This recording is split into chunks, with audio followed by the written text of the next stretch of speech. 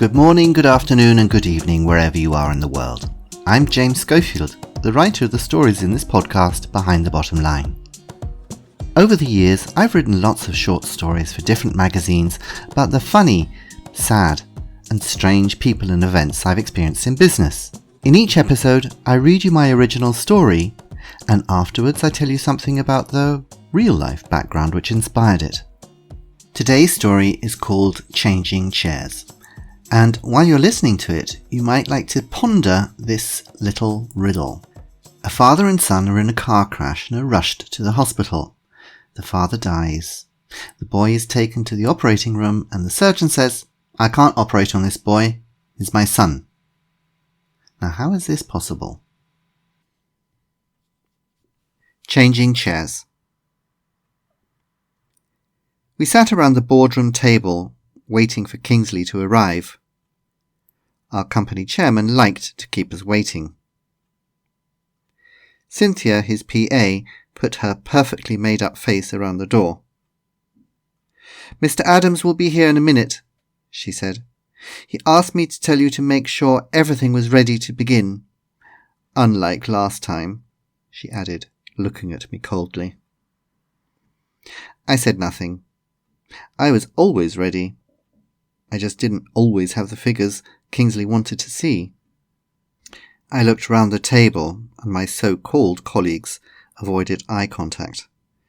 They were pleased that somebody else was there to be the target of Kingsley's temper. We waited in silence for another 10 minutes before there was a sudden, loud burst of laughter from the hall, and Kingsley threw open the door. Outside, I saw Cynthia disappearing down the corridor, high heels clicking loudly on the stone floor. I hit send on the email I had prepared on my phone. The show could begin. "Come on then," Kingsley said to me as he sat down heavily in his chair. "Let's get started. Haven't had time to look at that agenda you sent." How typical, I thought. We looked at the normal agenda points. The minutes from the last meeting were read and accepted, and then each of the board members presented the results for their division, carefully massaged so that they looked good. Kingsley didn't even try to hide his boredom. "Good," said Kingsley when they'd finished. "Time for lunch." Just one more agenda point, Kingsley," I said. "The Serious Fraud Office is asking questions about our purchase of Camberley Electronics last year." Everybody stopped as Kingsley turned to look at me. "What kind of questions?" "Our company produces components for the car industry, and last year we had launched a hostile takeover of a rival, Camberley Electronics. It had been a bitter fight both on the stock market and within the board. As company accountant, I had advised against it. The price we had to offer per share was far too high in my view, and it kept going up. "You're just my bean counter," he shouted at me during one meeting. "Do as you're told. Don't think. You're no good at it." Kingsley terrified the rest of the board and forced the takeover. When the final offer was made, I was the only member to vote against it. I made sure those minutes were carefully saved for future reference. "The SFO is investigating the share price movements of Camberley Electronics," I told the room. "It seems an unidentified buyer had bought up a lot of their shares at the original price before we went public with our offer. Of course, whoever it was made a lot of money when we finally agreed to pay 10 times the original stock market valuation for the company." "What has that got to do with us?" asked Kingsley. "I don't know, but a police officer visited me yesterday and said they were investigating whether any board members had used their inside knowledge to profit from the takeover."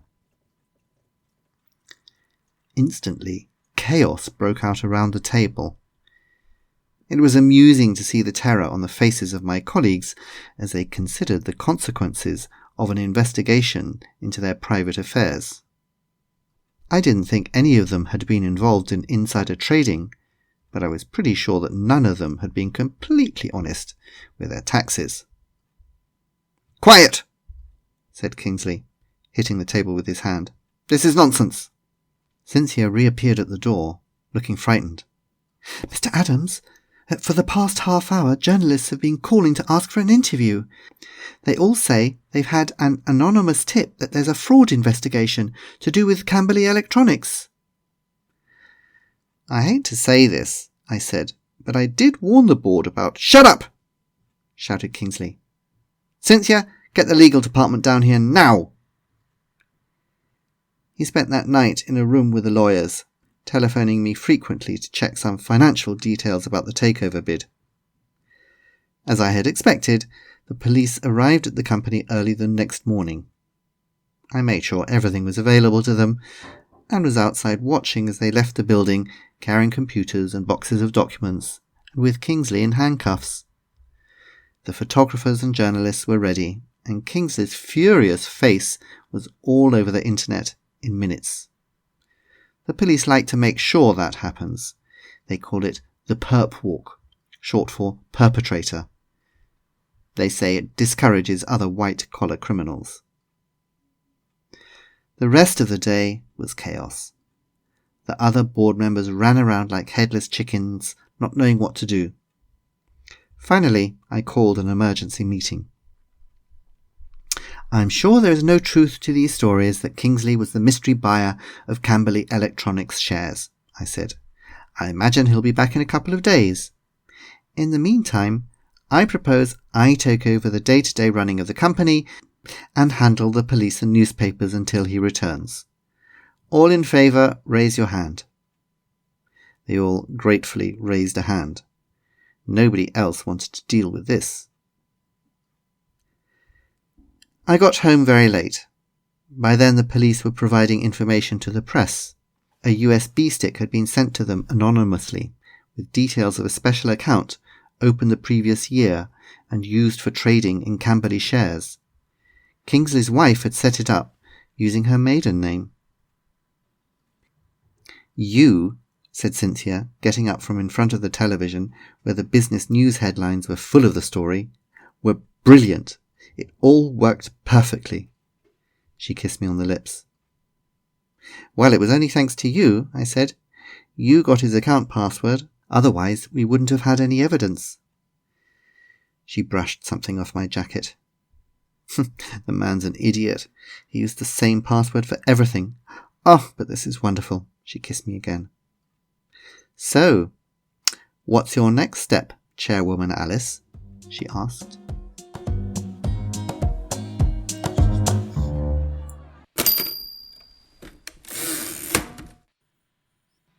Changing Chairs was written for Business Spotlight in 2016.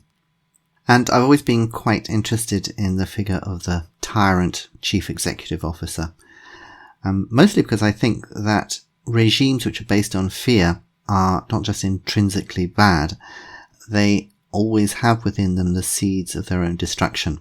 And I think a very good example of that is the case of Volkswagen, which was in a lot of trouble in recent years for manipulating fuel emission levels from its cars in order to make sure that Volkswagens could be sold in California. They had to conform to certain emission levels.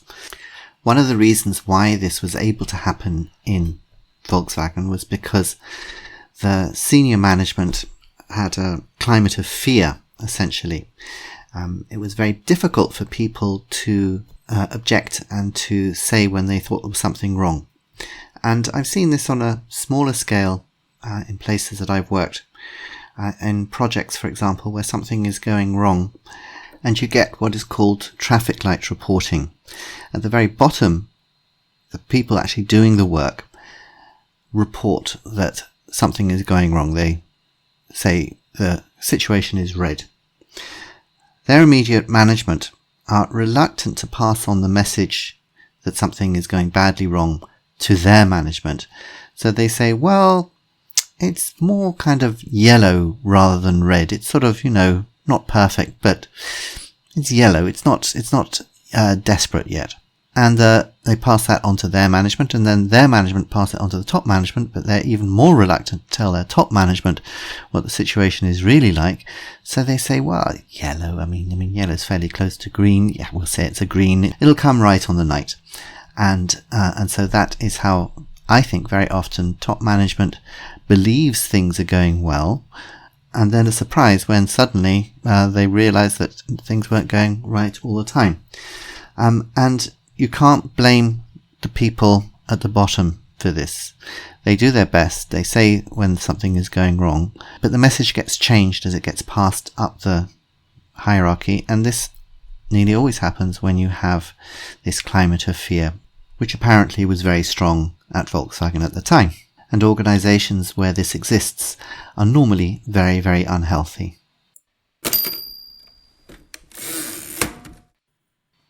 So that was a little bit the background to the development of the character of Kingsley, the company chairman. And the kind of tricks that he plays, I've seen quite often in senior management. Keeping people waiting for meetings, not paying attention to what their subordinates have to say, showing that they're bored with a presentation, shouting at people, trying to make them look small, insulting them. These are all things that bad senior managers do in order to establish their position and to establish this atmosphere of fear. Now, this can work for as long as the manager is doing well and the results come in, but as soon as things turn and as soon as something goes wrong, then it's very interesting to see how quickly his position or her position can become simply untenable. And the reason for this is because nobody has any patience with them. They don't have any allies, and they're liable to lose their position because nobody likes them at all. And so as soon as something goes wrong, everybody jumps in to punish them for their previous behavior. Yeah, well, what goes around comes around. In my story, Alice, the chief financial officer, manipulates the situation in order to get her boss, Kingsley, arrested for market manipulation. And the arrest of Kingsley and being walked out of the office by the police in front of all the press is something that you see quite often in America, the so-called perp walk. The most famous example I can think of is that of Dominic Strauss-Kahn, the former head of the World Bank, tipped to become future president of France. And it's almost Shakespearean, this kind of drama that there is to the perp walk and this complete humiliation, particularly the way in the case of men when they are marched out with no tie on, apparently to make sure that they don't do anything like hang themselves. Though you have to ask yourself whether it's really necessary to make them look quite so shabby and humiliated on the way to the police station. But I suppose the purpose is to discourage other people and to reduce the incidence of white-collar crime. I like the idea of having a strong female character manipulating the situation quite unscrupulously to take over control. The absence of women in senior management positions in companies is particularly severe in Germany, where I work. And I think this is something that needs to be changed by enforcing quotas on companies as to the number of women that they have on their board. So, for example, in Germany, since 2016, companies listed on Germany's major stock exchanges have been legally obliged to set their own targets for increasing the proportion of women on their boards. But in 2020, 55 of 160 companies listed their goal as 0. So this really isn't acceptable, and I think it can only be changed by regulation.